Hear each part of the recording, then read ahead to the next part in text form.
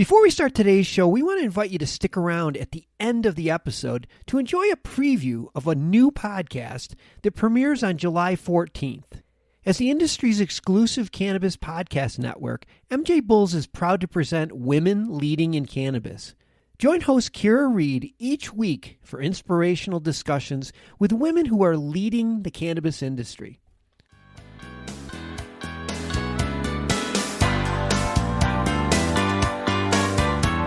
Welcome to another episode of Hemp Barons. I'm Dan Humiston, and on today's show, Joy and her guest take an in-depth journey into HempCrete. They talk about the overwhelming benefits of this sustainable, renewable, reusable construction material and the impact it's having on the world. Let's join Joy's conversation with the president of the US Hemp Building Association, architect Bob Escher from Escher Design.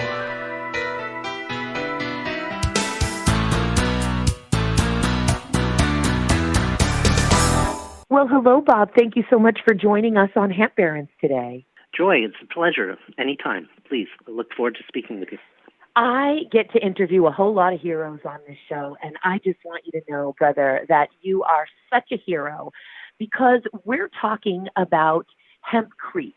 Now, HempCrete with Escher Design and Hemp Hollow and the US Hemp Building Association, of which you are the president, is a mold, rot, fire, and pest-resistant construction infill that creates the optimal indoor air quality, and I hope that you'll elaborate on this, and with a wall of about 6 to 12 inches, or even 18 inches, I suppose, in certain climates, depending on how close you are to a pole or the equator, with very good windows, but with no heating or cooling systems.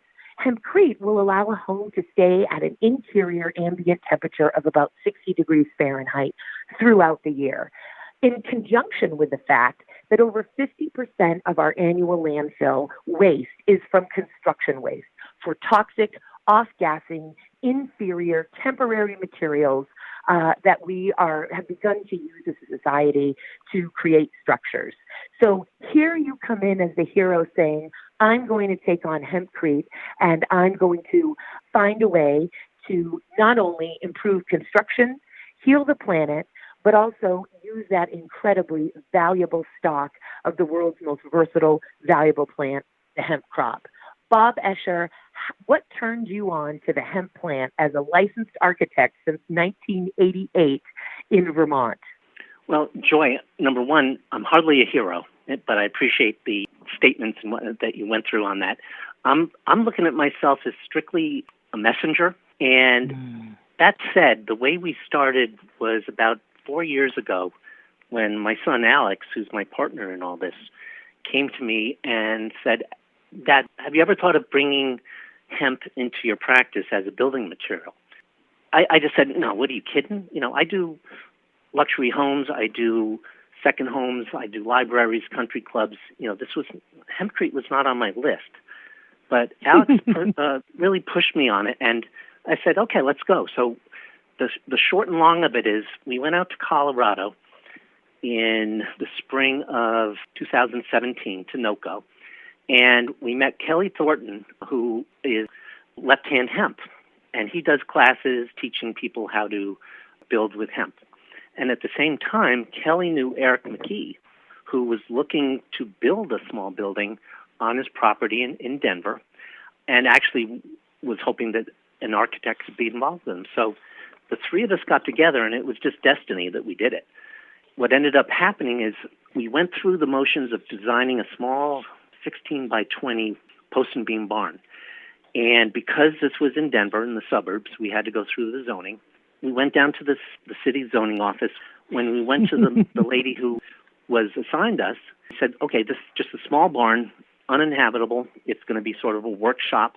It's in the backyard of a guy's house in Denver in the suburbs, and it's going to be built out of HempCrete. And she goes, okay, but what's HempCrete? Is it pot? Typical thing. And so of course, we knew this was going to happen, so Eric and I explained it, and she got really, really excited about it, but totally conceded that she knew nothing about it. So the way we presented it was that cities like Denver and even towns like Dorset here in Vermont, they all have goals to meet a sustainability level in 2025 or 2030 or 2020 or whatever. And so that was our presentation, that this material, even on a small workshop, is, as you mentioned, it's mold proof, it's bug proof, it's carbon negative, it's fire resistant. The more we spoke about it, she realized she was over her head, but wanted to learn more, but she bumped us upstairs. And so all of a sudden we were with the head zoning people, and it was absolutely fabulous. They worked with us on finding the right zoning. In the end, we ended up building the first permitted HempCrete structure in Denver. So when we started the class with Kelly at Eric's property, we had maybe 8 people in the class. But over that week, we had over 200 show up. And I believe you know Eric. Eric is Mr. Marketing personality. He can draw anything out of anybody. Because he is one of the most passionate people for HempCrete that I have ever met. And it's that authentic passion that draws those folks. That and his knowledge base, of course. And understand, this was the beginning for all 3 of us. I mean, actually, Kelly's been doing it for a while, but for Eric and I, we were novices, and Alex included. We ended up having over 200 people come. From there, it just snowballed. We were part of the next year's NOCO, a bus tour. The following year, we were... NOCO being the Northern Colorado Hemp Expo by Morris Beagle every year in late March, and that's a big deal. Exactly. That's the biggest hemp trade expo that there is in the history of hemp thus far. Exactly. And then the following year, we were sort of speakers on the side, and then last year we were, all 3 of us were speakers, and then this year... I think I got to moderate that panel. Exactly. And of course, we did Albany with you and a couple of other places, but we've got a major announcement coming up next year for NOCO that I really can't get into that right now, but the US HBA and NOCO are teaming together on some really, really cool and good things. So thrilled to hear that. And folks, the US HBA is the US Hemp Building Association, which we are so thrilled has formed. And when I say we, I'm speaking on behalf of a multitude of organizations. My own, hempace-international, certainly Hemp Technologies, which built the first permitted HempCrete homes in the United States, and which I have been so honored to do the training for many years. Unfortunately, my additional roles have taken me away from that. And the Hemp Industries Association. And we're just looking into, I know the US Hemp Building Association site has now gone live. And at our next board meeting, I, as president of the board of the HIA, am presenting to the board. I want permission to either be a nonprofit or a founding influencer member of the US Hemp Building Association. Just your architecture business is a high-end business. You create and design beautiful buildings. And the fact that you, with all of that talent and skill and grace and diplomacy and professionalism, as well as your leadership skills, Bob, the fact that you are also wanting to take on, and it's everything, take it from a gal who leads 3 trade associations, one advocacy organization and state chapter, all for volunteer, pro bono, non-paid work. It's everything. It's how we chop the wood and carry the water. And after 30 years of in this movement, we've now legalized hemp. So this fact that you are willing and wanting authentically to donate your services and the skills and talent that you have garnered throughout your life and throughout your career to educate and deliver this incredible building material, which will change the world. It not only is going to change the way people live, the air quality of their home, the longevity of their home, and I want to talk about that in a minute, but it is also, again, delivering a first market for hemp, because we're not talking about a tremendous amount of processing here. We're talking about decortication, separating that outer bark, that bast fiber of the stalk from the inner woody core, which we call the hurd, and then simply taking that hurd and processing it to specifications for HempCrete, which is not that difficult. It's a particular moisture content. It is a particular geometric particle range for the size of the hurd, and it's eliminating the majority of the bast, of the chaff. So this is not difficult stuff. It gives us, our hemp farmers, a first market, and with a 2 for 3 for gift that keeps on giving in terms of what it's doing for homeowners, for commercial building owners and for the planet throughout the life of the building. Let's talk for a minute now about what HempCrete actually is. Could you explain to the listeners about HempCrete and about its durability? That's easy. Right now, when I'm designing a house, it's all with conventional materials. It's 2x6 walls, it's Tyvek, it's wood siding, it's sheetrock, it's concrete foundation. Seal it up. You're sealing it up. The whole push toward the green industry has been absolutely wonderful, but as an architect, I get bombarded with all the latest green material. This is the best, and this is going to replace this. This is going to save the earth. The nutshell of it is that, a lot of it is great, but a lot of it still is petroleum-based. A lot of it is untested, and a lot of it is, I don't believe, is really as green as it says it is. And worst of all, the government agencies, energy efficiency and things like that, are changing a lot of the rules that force us as architects, engineers, and builders to take on these new products and set new goals for energy efficiency, which is absolutely great. But it ends up costing the owner thousands of dollars more in order to build it. So where's the savings? I'm not saying it's wrong, but you're going to be saving $10,000 in energy costs over a 20-year period, but you're also having to build this house with an additional $25,000 or $10,000 of $15,000 worth of extras. So that really bugs me, but I'm forced to have to do that sort of stuff. Right. When HempCrete came along, it's a plant, and it's so simple. But the issue was that we couldn't grow hemp here in the United States until the Farm Bill came through.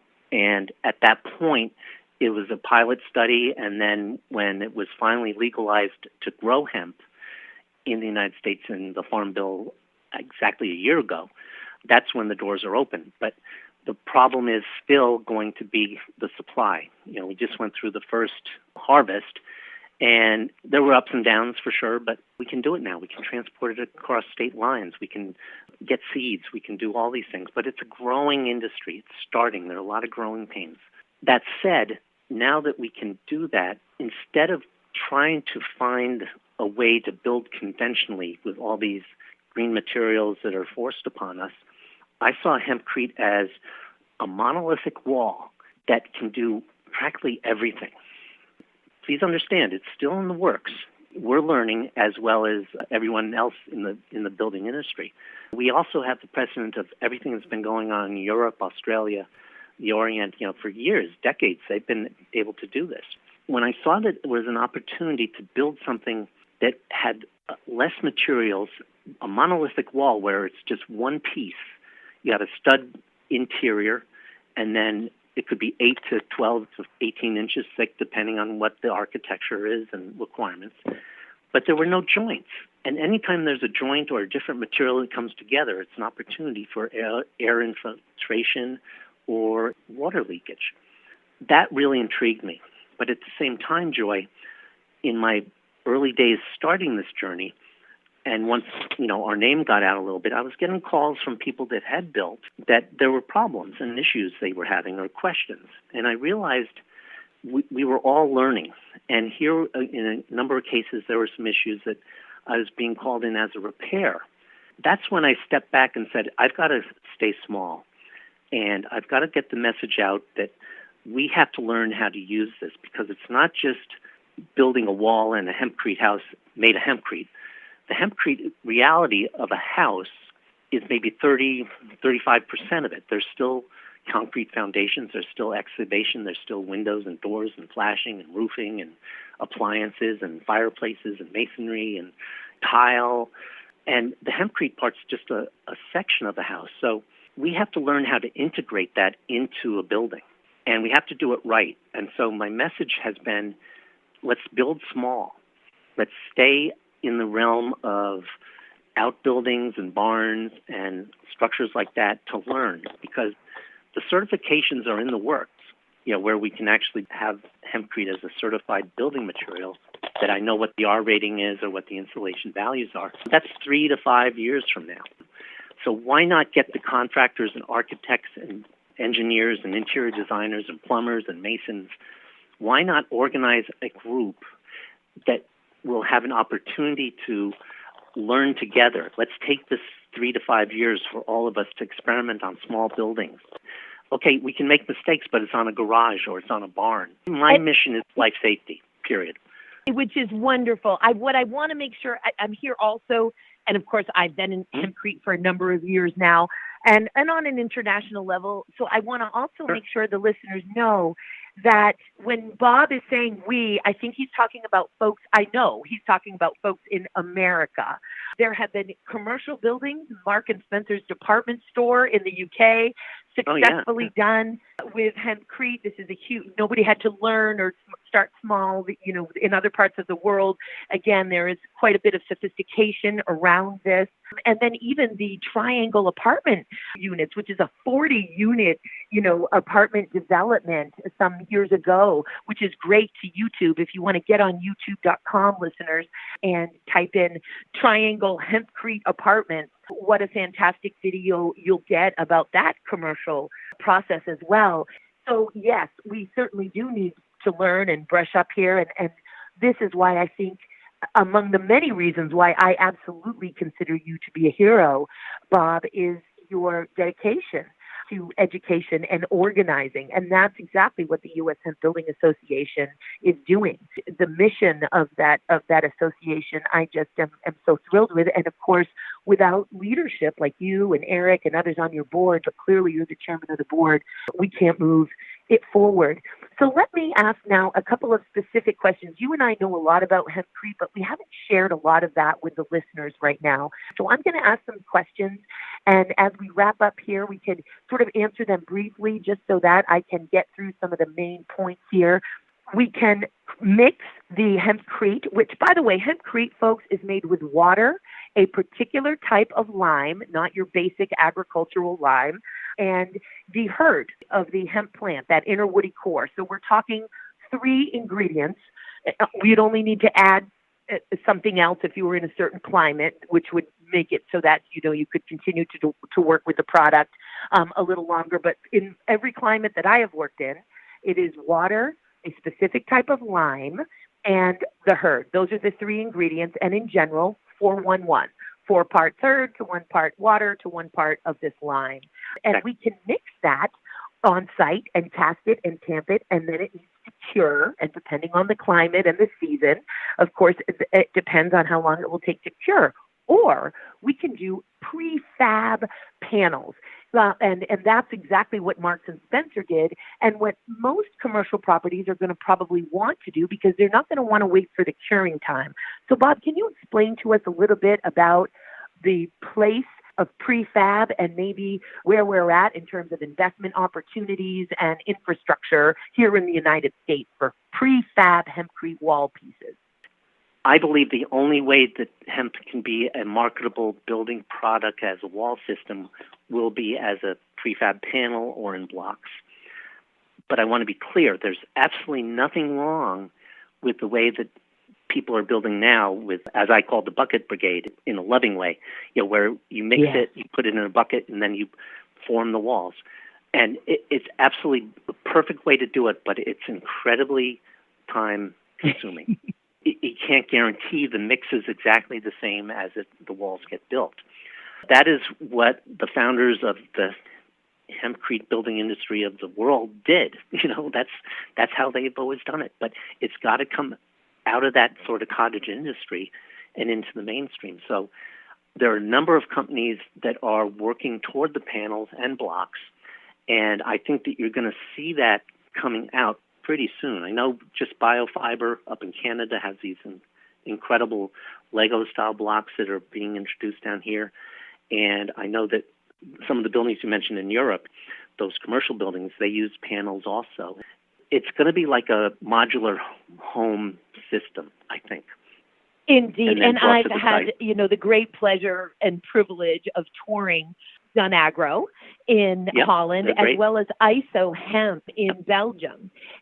Albert Dunn of Dun Agro creates these prefab, and it's amazing to see them. I mean, they're sitting there curing with the doors cut out of the panel and the windows cut out of the panel, and I've been able to tour a home with these prefab.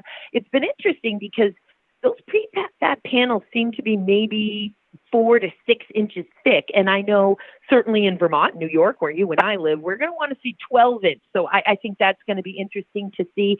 And of course, the ISO hemp company in Belgium does the blocks. And we're seeing, of course, Canada coming on too. But I agree. I love the bucket brigade, as you say.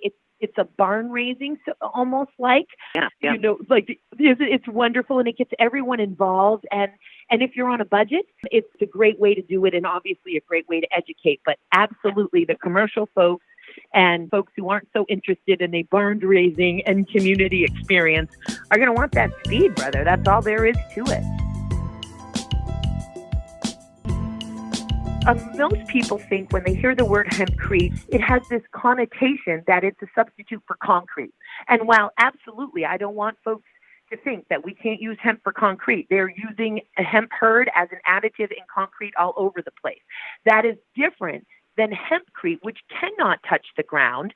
Otherwise, it will not remain mold and rot resistant. It's an actual daylight, living, breathing wall system. So you would still, if you're going to have a foundation, anything that touches the ground would still be concrete. And you probably get this question a lot, Bob, because I certainly know that I do, and that is, oh, HempCrete, I'd like to make a driveway out of it. For some reason, people immediately think driveway, and then we have to say, no, it's not to touch the ground.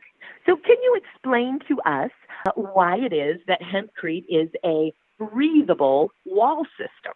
The secret is in the batter. I guess that's the best way to put it. The way the lime integrates with the hemp hurd and the water, it creates this wall system that will absorb the carbon in the air. It will control the moisture content in the air between the habitable space and the outside. It controls the temperature. It really is a miracle how these materials come together and create this end result that is just perfectly suitable for a living space. Your point on HempCrete and concrete, is it concrete? No, it's not. It's a misnomer.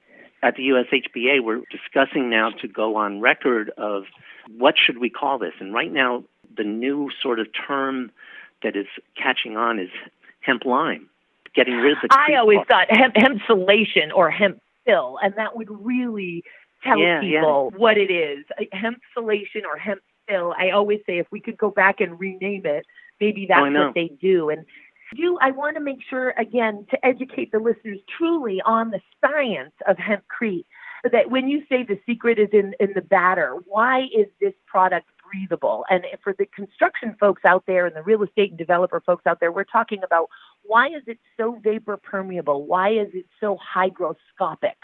And the answer is the lime cycle. The lime cycle starts out as calcium carbonate. That's what limestone is. It is quarried at that point. Then it is heated to a very high degree. And when we talk about carbon footprint, you know, concrete, Portland cement, so to speak, that needs to be heated to about 3,000 degrees. This is a tremendous carbon footprint. When we're talking about lime for HempCrete, we're talking about taking that limestone and heating it only to about 900 degrees. Now, certainly we have to account for that carbon footprint, but it's only 900 degrees. And we also need to remember that the hemp, while it's growing, of course, is absorbing tremendous amounts of CO2. So we get to, balance out a bit there. And in any event, after we're finished heating the limestone, we're left with this quicklime, calcium oxide. That's what's left behind. Pretty caustic stuff, as you know. Don't handle that, although some of these more historic masons work with it, but otherwise normal people do not with normal construction. And then from the calcium oxide, we add water, which is, of course, the flaking process.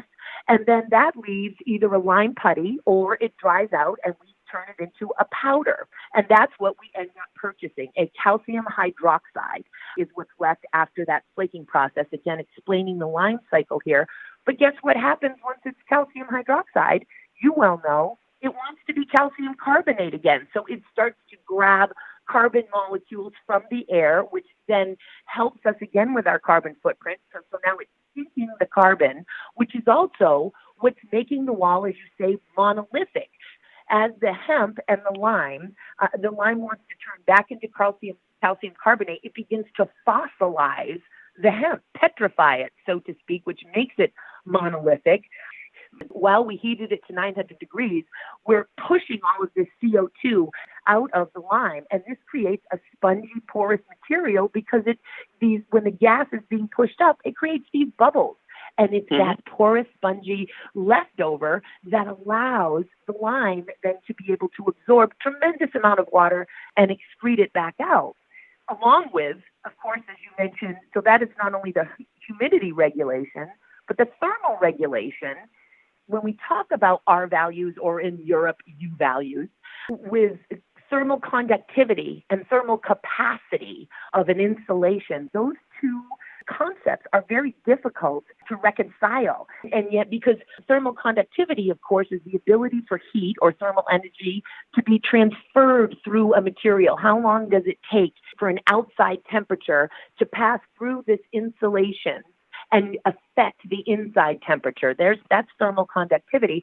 And thermal capacity, of course, is the amount of heat required to change a material's temperature by a given amount and how it can hold it. Could you explain to listeners, Bob, the difference between the pink stuff, your basic fiberglass insulation in terms of thermal conductivity and capacity, in contrast with HempCrete? Basically, the fiberglass, the typical insulation in the walls, it basically just creates an airspace, and it creates a thermal barrier so that, we can get an R rating of R21 or R18 or R40. The best way to put it is, if you push that insulation too tight, it will not work. So that's why it's the billowy, bushy type of insulation that you see with the fiberglass or rock. A lot of it's petroleum-based. And, this foam insulation, which I've used for years, but I'm stopping now, the R ratings you can get with the spray and foam are astronomical. It's wonderful. But there's reasons these guys are wearing hazmat suits. It's dangerous. This is what I love about it, that it's so simple, but it's got to be done right. And that's where we have to have, a consistent mix, a consistent factory-made wall or block that, as architects and engineers are going to be specifying this material, we know what we're guaranteeing to the client. We know we're going to get a R rating of R30 for a 12-inch wall. We know we're going to get a fire rating of 2 hours with a 12-inch wall. But I don't have those numbers yet. It's not certified legally by the United States ASTM and ICC, but it's coming. ASTM taking on HempCrete, and that's, of course, American Standard Testing and Measurements.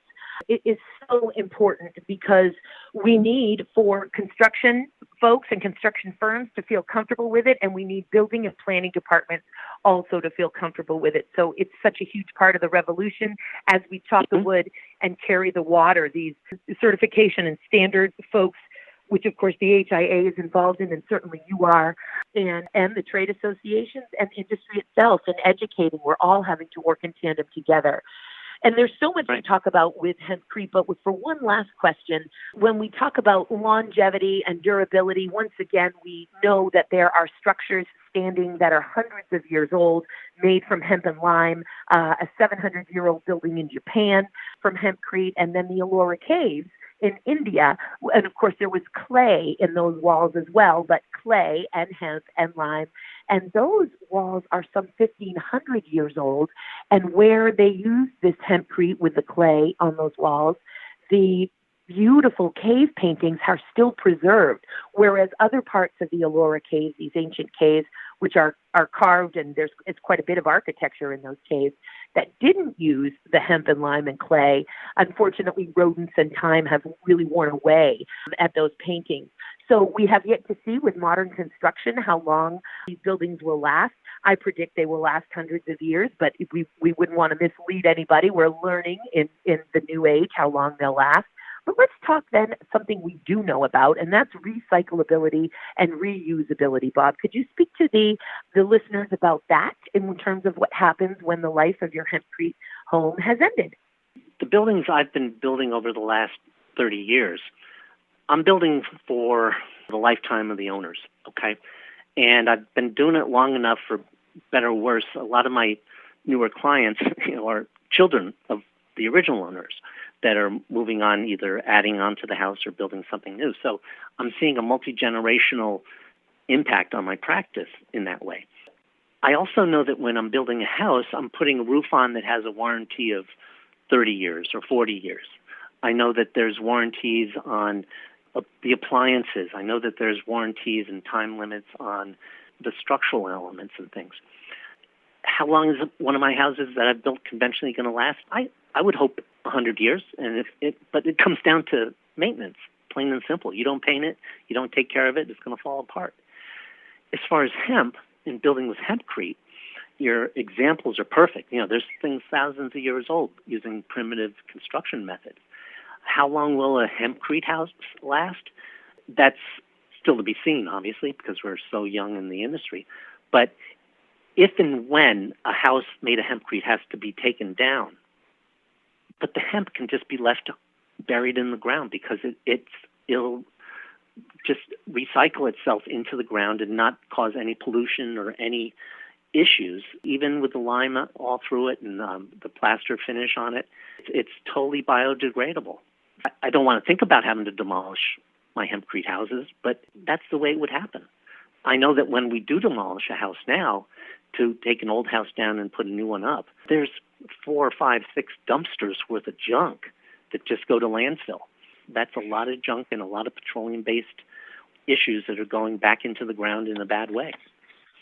Indeed. And I think a soil amendment, it can certainly be, as you say, just put into the ground.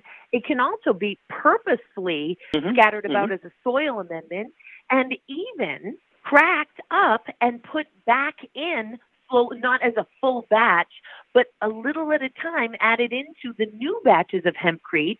It can be added into the new HempCrete building, and that's what I mean by reusability. It's just fantastic stuff. Amazing. It's just a plant. It's a plant, and it's a carbon sequestering plant. This is amazing that it has so much planetary healing value as a renewable resource and as a replacement for building materials.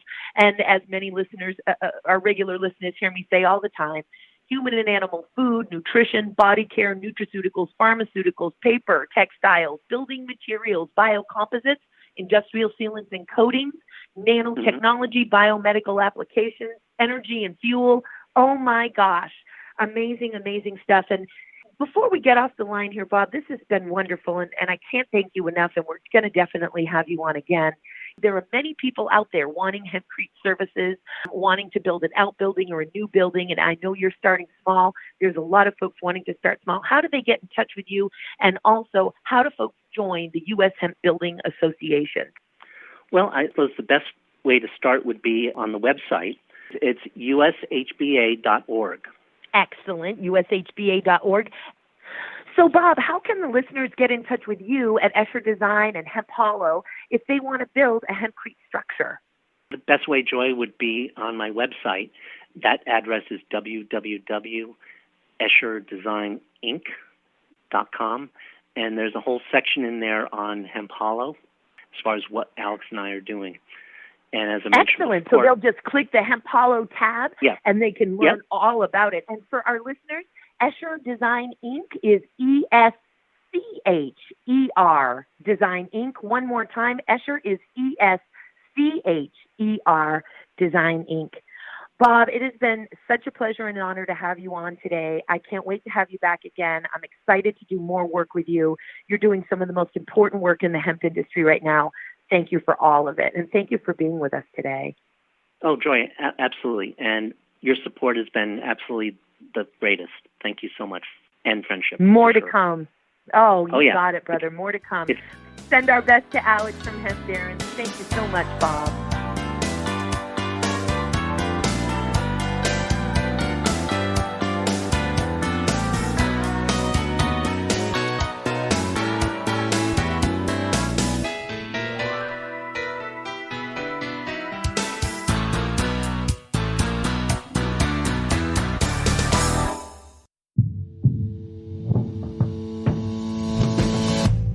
Tell me, boy, you make me so bored.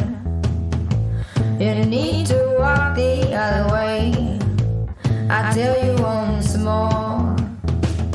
Please get out of my way. I don't want